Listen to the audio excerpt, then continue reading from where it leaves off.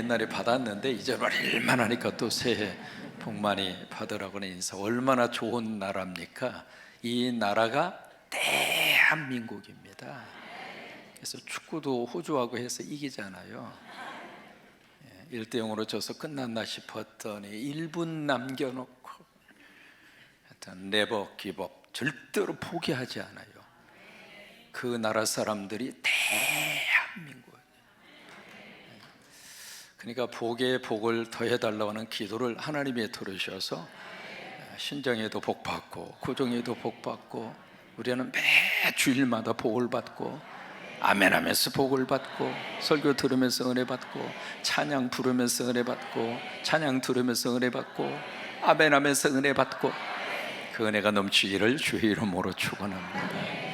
로마서 2장에 보시면 두 가지의 단어가 아주 강조해서 짧은 본문 속에 등장을 하고 있습니다.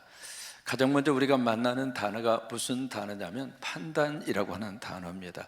이 단어가 몇 번 나오느냐면 4번 나옵니다. 몇 번? 4번. 이게 그런데 1절에 벌써 3번 나옵니다. 근데 두 번째로 무슨 단어가 계속 이어지느냐면 심판이라고 하는 단어가 몇 번 나오느냐면 3번 나옵니다. 몇 번? 언제 물어볼지 모르니까 이 동네는 항상 준비하고 계세요.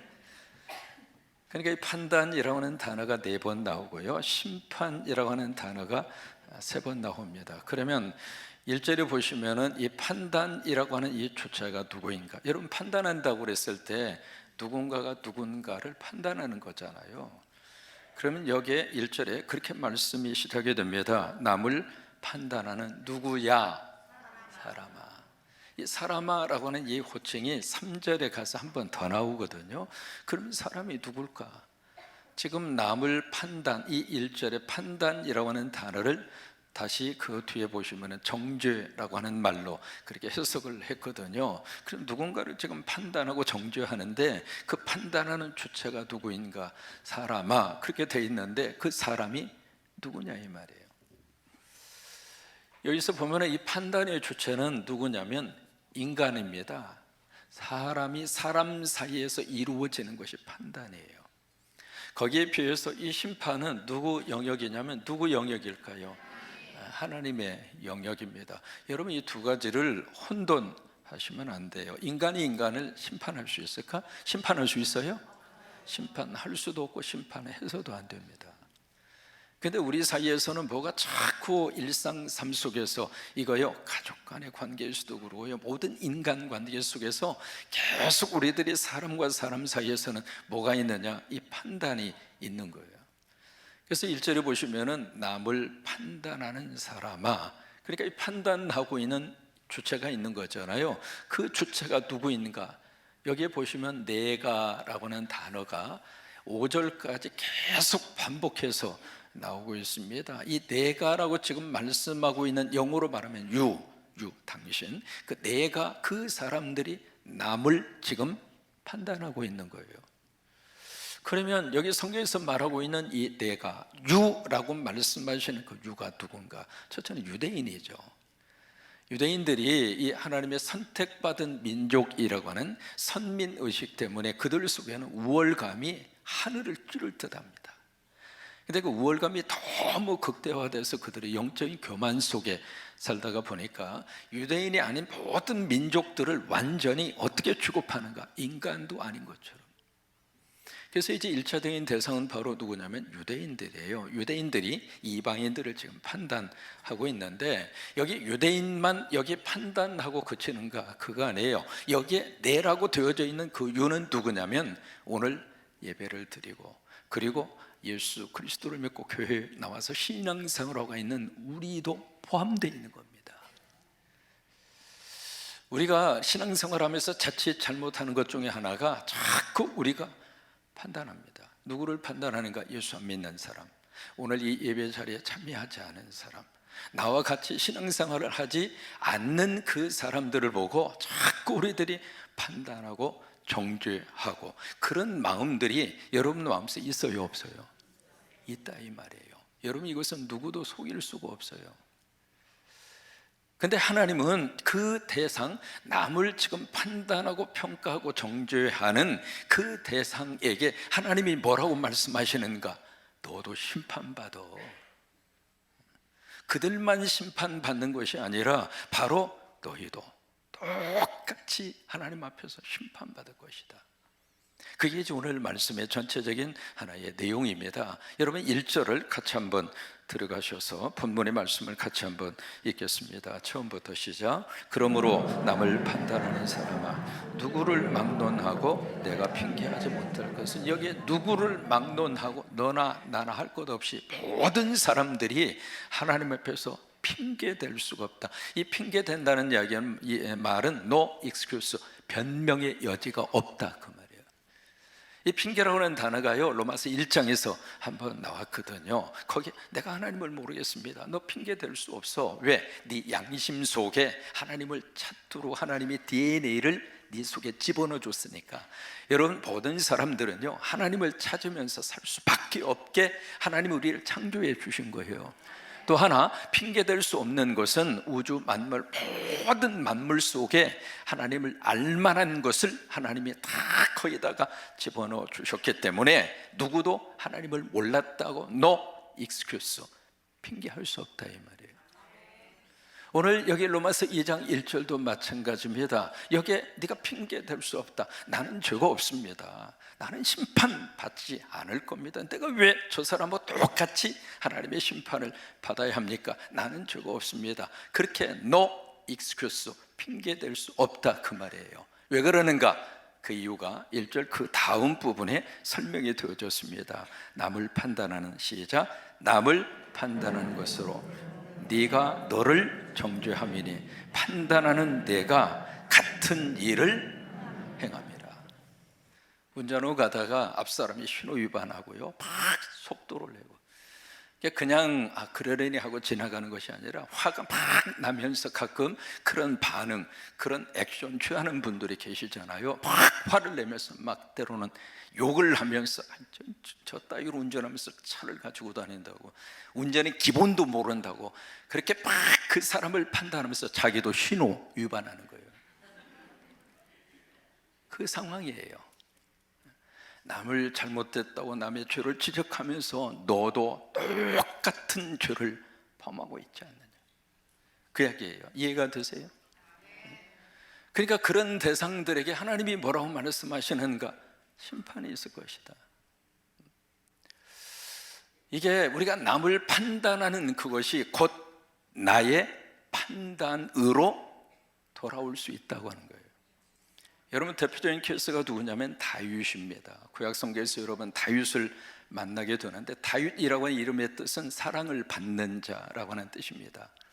그래서 다윗은 성서 속에서 하나님 마음에 합한 자라고 하는 엄청난 하나님의 인정을 받았잖아요. 성경에 3만 5천 명의 사람의 이름이 쭉 기록이 돼 있는데 특정한 한 개인을 딱 꼬집어서 넌 내 마음에 합한 자야, 그렇게 하나님이 인정한 사람이 다윗밖에 없어요. 그러니까 하나님의 사랑을 얼마나 많이 받았습니까?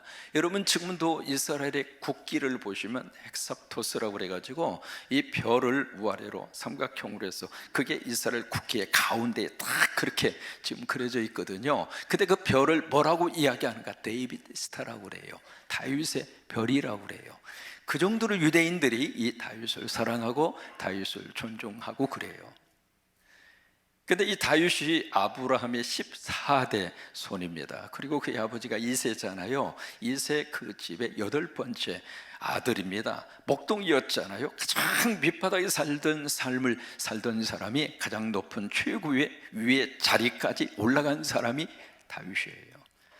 여러분 하나님이 높여주시면 우리 자녀들도 올라갈 수 있습니다. 하나님이 들어서시면 성공적인 인생을 살아갈 수 있습니다. 하나님이 역사하시면 꿈도 꾸지 못하는 일들이 꿈처럼 이루어진단 말이죠. 다윗의 인생 속에서 우리에게 그걸 보여주는 거예요. 그런데 성경은 다윗의 이 석세스 스토리, 성공담만 성경에 쓰여져 있는 것이 아니라 사무엘하 11장까지는 다윗의 성공 스토리예요. 그래서 하나님과 동행하면서 놀라운 시편을 우리에게 남겨주었고, 다윗의 영성은 늘 우리가 바라보고 싶고 담고 싶은 영성이잖아요. 그런데 그 다윗의 인생 가운데 가장 치명적인 오점, 그것을 다윗이 남깁니다. 그 내용이 사무엘하 12장에 기록이 되어 있습니다. 그 유명한 우리아의 아내 밧세바와의 넘어서는 안 되는 선을 넘어서는 사건, 그 사건이 사무엘하 12장에 기록이 되어 있어요.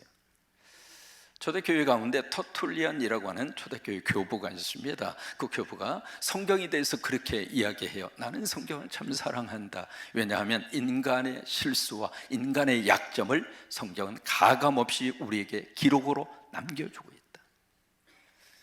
그래서 다윗이 그 인생 가운데 뒤돌아서서 만약에 그 시대로 돌아가면 깨끗이 지워버리고 싶은 가슴 속에 한 맺힌 다윗의 결정적 실수가 사무엘하 12장에 기록이 되어 있거든요. 그래서 밧세바와의 관계 속에서 선을 넘고 그의 남편 우리아를 비밀스러운 직전을 통해서 없애버리잖아요. 그리고 다윗은 이제는 완전 범죄다, 이 사건은 영원히 묻힌 사건이다, 그렇게 생각하고 편한 모습으로 이렇게 지내는데 10달이 지난 후에 하나님이 나단 목사를 다윗에게 보냅니다.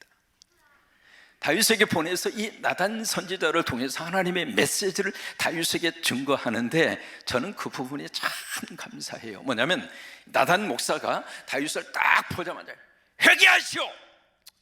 내 모를 줄 알아? 다 알아. 10달 전에 무슨 일이 일어난지 모를 줄 알아. 하나님이 다 가르쳐줘서 빨리 회개해! 왕이 돼가지고 말이야, 그렇게 안 했어요. 우리 같으면 그렇게 할 것 같은데, 하나님은 나단 선지자를 통해서 회개의 메시지를 다이렉트로 다윗에게 쏟아 부은 것이 아니라 비유 설교를 하게 합니다. 왜 그럴까요? 깨닫고 돌아오라고. 하나님은 택함 받은 백성들이 넘어지고 실수한다 할지라도 하나님은 포기하지 않아요. 다시 기회를 주십니다. 깨닫고 돌아오라고. 여러분, 그게 하나님이에요.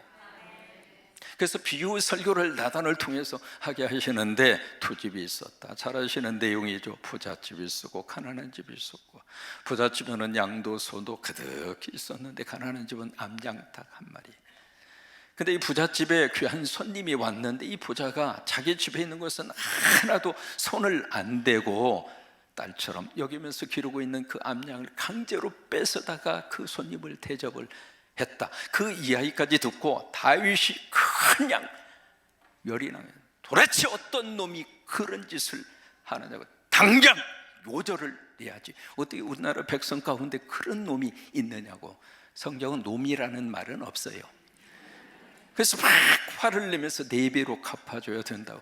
그래서 이 다윗이 그 범행을 했다고 하는 그 사람에 대해서 다윗이 판단하잖아요. 이렇게 딱 판단을 하니까 여러분 보세요. 사무엘하 12장, 성경은 우리에게 뭐라고 말씀을 하시는가 같이 한번 읽겠습니다. 나단이 다윗에게 이르되 당신이 그 사람. 자 보세요, 당신이 누구예요? 그 사람입니다.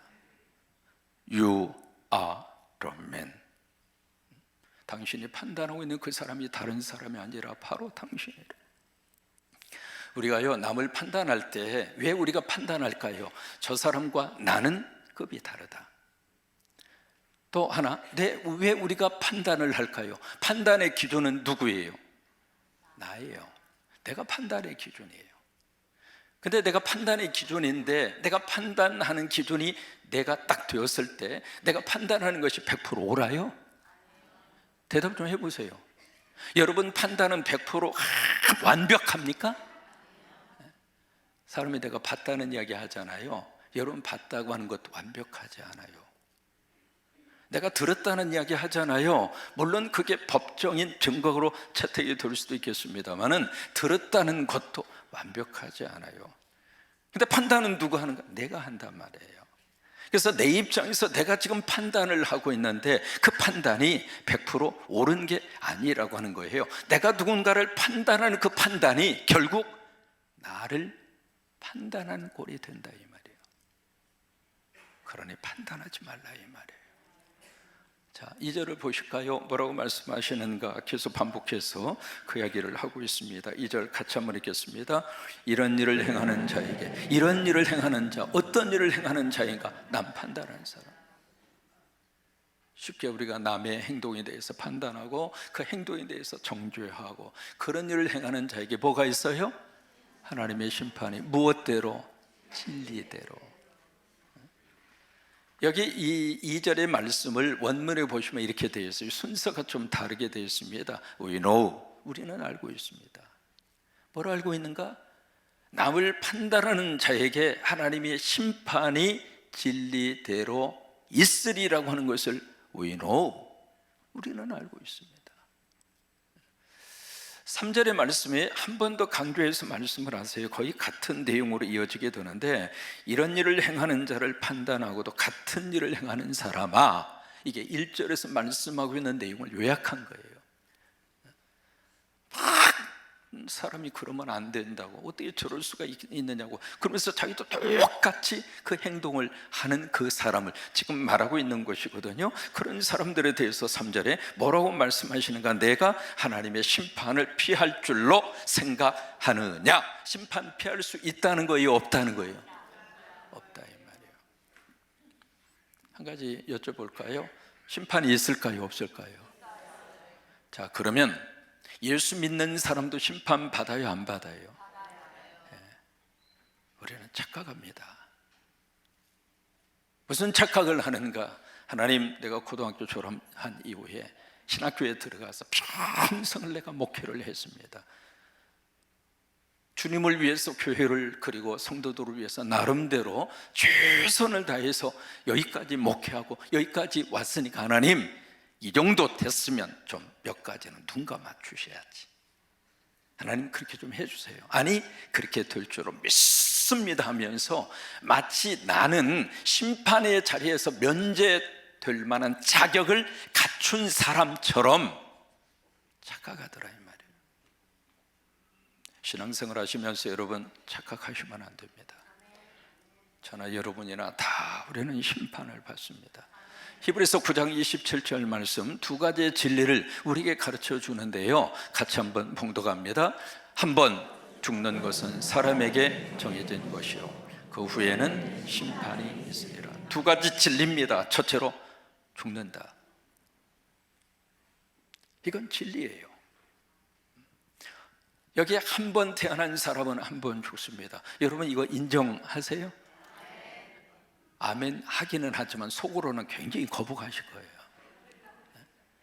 근데 여러분들이 거북하시든 뭐 짜증을 내시든 아무 상관이 없어요. 어차피 태어났으면 죽으니까. 근데 죽음에 대해서 우리가 알고 있는 것 세 가지가 있고요, 죽음에 대해서 모르는 것 세 가지가 있습니다. 첫째로 아는 것 뭐가 있는가? 첫째로 저도 죽고 여러분도 죽고 에브리바디 죽어요. 누구나 죽는다. 이건 우리들이 알고 있잖아요. 두 번째 아는 것이 바로 뭔가? 혼자 죽는다. 누군가하고 같이 가면 얼마나 외롭지 않고 좋겠어요. 그럴 수가 없어요. 세상에 태어날 때도 혼자 엄마의 작은 자궁을 뚫고 우리가 나와야 했던 것처럼 우리도 이 세상에 살다가 하나님이 부르시면 죽음의 고통의 과정을 뚫고 우리는 이 세상을 떠나게 돼 있어요. 혼자 가는 거예요. 세 번째로 죽음에 대해서 아는 거 있습니다. 아무것도 못 가지고 갑니다. 인정하세요? 집문서는 가지고 가야지. 어떻게 해서 산 집인데 아무것도 가지고 갈 수 있어요, 없어요?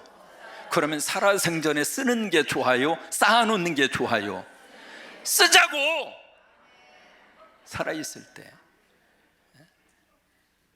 먹고 싶은 거 있으면 잡수시고, 입고 싶은 거 있으면 입고, 가슴이 막 설레일 때 여행도 좀 가고, 안 먹고 안 쓰고 다 모아놨다가 어디 가려고 그러는데 다리가 후들거리고 입맛도 없고, 그러면 어떻게 여행도 다니고 뭘 맛있는 거 먹고 그러겠습니까?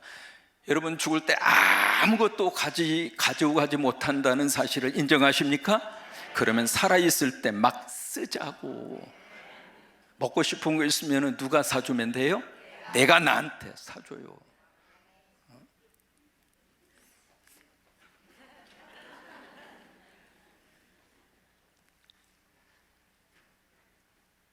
또 죽음에 대해서 모르는 것 세 가지가 있습니다. 첫째, 언제 죽을지 몰라요. 우리가 죽을 날짜를 딱 미리 알려주면 얼마나 좋을까, 그 생각일 뿐입니다. 날짜 미리 나오면 미리 가버려. 모르는 게 축복이에요. 언제 죽을지 모르는 게 축복. 근데 한 가지 감사한 것은 죽기 전까지는 절대 안 죽어. 그렇잖아요?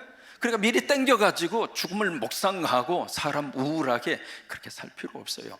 오늘 하루 하나님 생명 주셔서 오늘 살게 된 거 감사하고, 오늘 그냥 예수님 안에서 웃고 살고, 인상 좀 쓰지 말고 아버지 집에 와서 인상 쓸 거 뭐 있어요? 그러니까 그런 마음으로 우리가 언제 죽을지 모르니까, 두 번째, 어디서 죽을지 몰라요.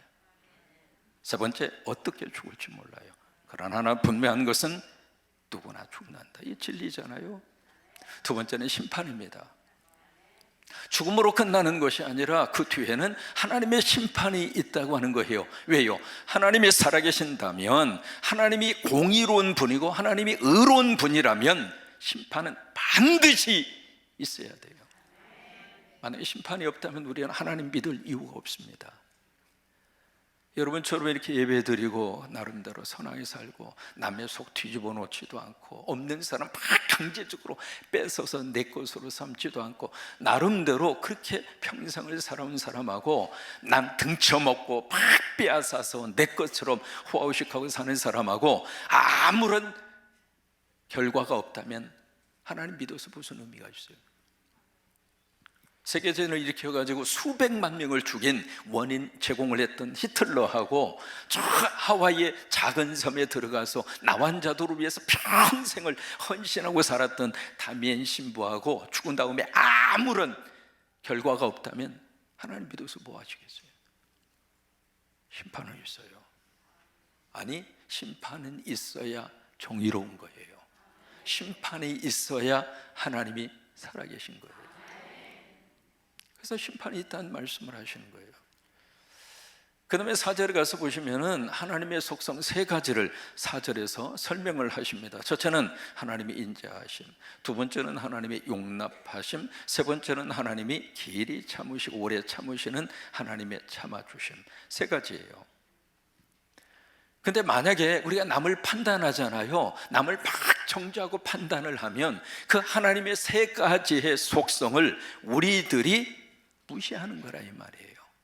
멸시하는 거가 된다 이 말이에요. 자, 보실까요? 저와 여러분도 하나님이 사랑해 주시고, 하나님이 안아 주시고, 하나님이 용납해 주시고, 하나님이 여기까지 오래 참아 주셔서 예수 믿고 구원받고 하나님의 자녀가 됐어요.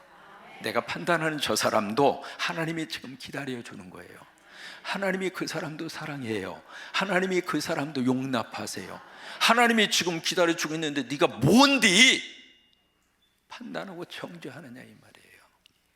그것은 하나님을 멸시하는 거가 되는 거예요. 그러지 말라 이 말이에요. 마지막 5절 말씀에 고집이라고 하는 단어가 나오고요, 회개치 않는 마음, 두 가지가 나옵니다. 우리가 이 판단하지 말라 이 말씀을 우리가 듣고 그래도 계속 고집스럽게 내 눈에 보이는 대로 내가 생각하는 대로 판단하고 정죄하고 고집 피우는 거죠. 그래서 계속 고집스럽게 그렇게 계속 형제를 판단하고 그런 식으로 고집을 피우거나, 아니면 판단하지 말라고 그러는데도 계속 판단하면서 회개하지 않으면 마치 그 머리 위에 하나님의 진노를 쌓는 것과 같은 거다. 사람이 말이죠, 잘났으면 얼마나 잘났어요. 또 못났으면 얼마나 못났습니까? 어차피 사람은 사람이죠. 사람 위에 사람 없고 사람 밑에 사람 없다. 야야야.